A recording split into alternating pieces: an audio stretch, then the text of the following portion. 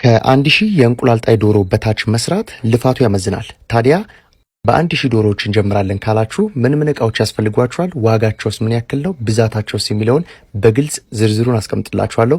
አብራችሁን ቆዩ። የመጀመሪያው መመገቢያ ነው። መመገቢያ 26 ያስፈልጋችኋል። እያንዳንዳቸው 7 ኪሎ መያዝ አቅም ያላቸው 350 ብር ይሸጣሉ። መጠጫ 6 ሊትር የመያዝ አቅም ያላቸው 28 ብዛት ያስፈልጋችኋል። እሱም 350 ብር ይሸጣል።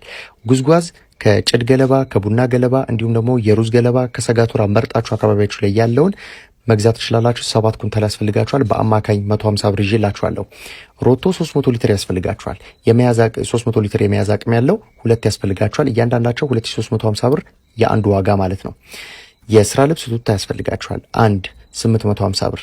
ኬሚካል መርጫ ወይም ደግሞ ስፕሬ 2100 ብር 20 ሊትር የመያዝ አቅም ያለው። የሰራተኛ መመገቢያ ለምሳሌ ፍራሾችን፣ የምግብ ማብሰያዎችን እንዲሁም ደግሞ ሰራተኞች ለግል የሚጠቀሙባቸውን እቃዎች ማሟላት ይኖርባቸዋል። በቋሚነት ሰራተኞች እናንተ ጋር ስለሚኖሩ ማለት ነው። የእንቁላል ትሪ ያስፈልጋችኋል። 900 ብዛት ለአንድ ወር ማስቀመጥ የሚችል ማለት ነው። እንቁላሎችን ለአንድ ወር መያዝ የሚችል ይህ ማለት አንዱ 10 ብር ነው የሚሸጠው። ከዚህ በተጨማሪ የእንቁላል መጣያ ሳጥን ያስፈልጋችኋል። 12 በ12 የሆነ ሳጥን ያስፈልጋችኋል። ይሄ በአናጺ የሚሰራ ነው። በተለያዩ እንጨት ቤቶች ማሰራት ትችላላችሁ። ዋጋ አላወጣውለትም። እንዲሁም ደግሞ መመገቢያ መስቀያ ገመድ ያስፈልጋችኋል። 15 ጥቅል ያስፈልጋችኋል። መንደፋደፊያ ወይም ደግሞ ይሄ ምናልባት ላታረጉም የምትችሉበት ነው። 2 ካሬ ሳጥን ያስፈልጋችኋል። ባልዲ 1 ያስፈልጋችኋል። ሳፋ እቃ ማጣቢያ 2 ያስፈልጋችኋል። እያንዳንዳቸው 480 ብር ናቸው።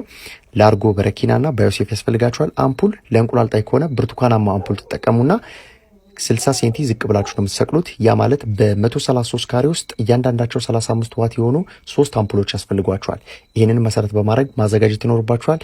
እነዚህን ደግሞ በጽሁፍ እንፈልጋችኋለን ካላችሁ ቀጥታ የቴሌግራም ቻናላችንን ጠቁማችኋለሁ። ባዮ ላይ ያለ ሊንኩን ወስዳችሁ ቀጥታ እዛ ይመራችኋል።